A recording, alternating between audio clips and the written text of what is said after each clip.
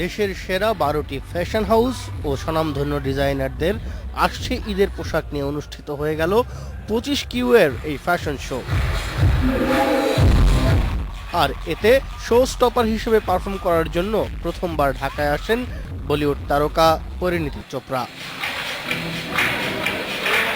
দেশি সেরা মডেলদের অংশগ্রহণে এ ফ্যাশন শোর মূল আকর্ষণ ছিলেন এই ভারতীয় অভিনেত্রী। কিউ শেষে গ্রিন রুমে কথা বললেন সাংবাদিকদের সঙ্গে, জানালেন প্রস্তাব পেলে আবারও ঢাকায় আসতে চান তিনি।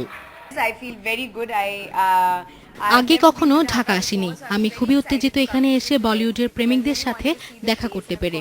আমি জানি এখানকার মানুষ বলিউডকে কতটা ভালোবাসে। যে কোনো অভিনেত্রীর জন্যই এটা খুবই প্রেরণার। আমার খুবই ভালো লাগছে এবং আশা করি বারবার আমি আসবো ঢাকায়।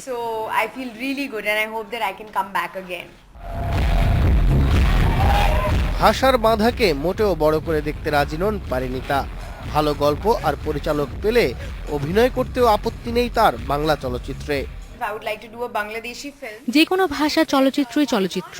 আমি অভিনয় করতে ভালোবাসি। আমি যদি দারুণ প্রস্তাব পাই তবে অবশ্যই আমি আসবো এবং অভিনয় করব। আমি বাংলাদেশকে ভালোবাসি। সানজিদা লুনার কোরিওগ্রাফিতে এই ফ্যাশন শোতে হেঁটেছেন দেশের প্রতিষ্ঠিত ও নবীন মডেলরা।